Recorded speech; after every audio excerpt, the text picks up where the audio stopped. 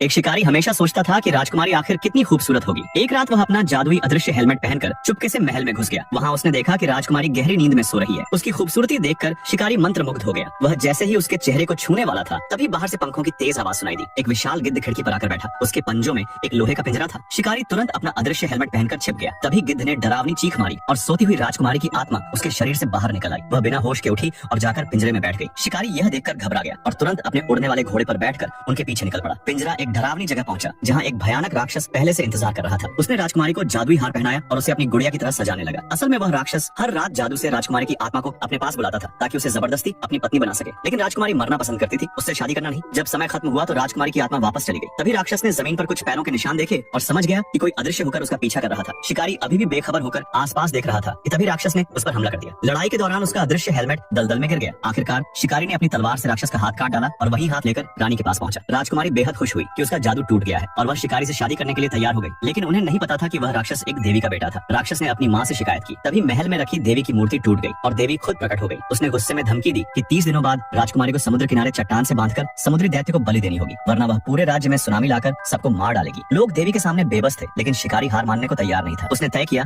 कि अगर देवी को नहीं मार सकता तो उस समुद्री दैत्य को जरूर मारेगा।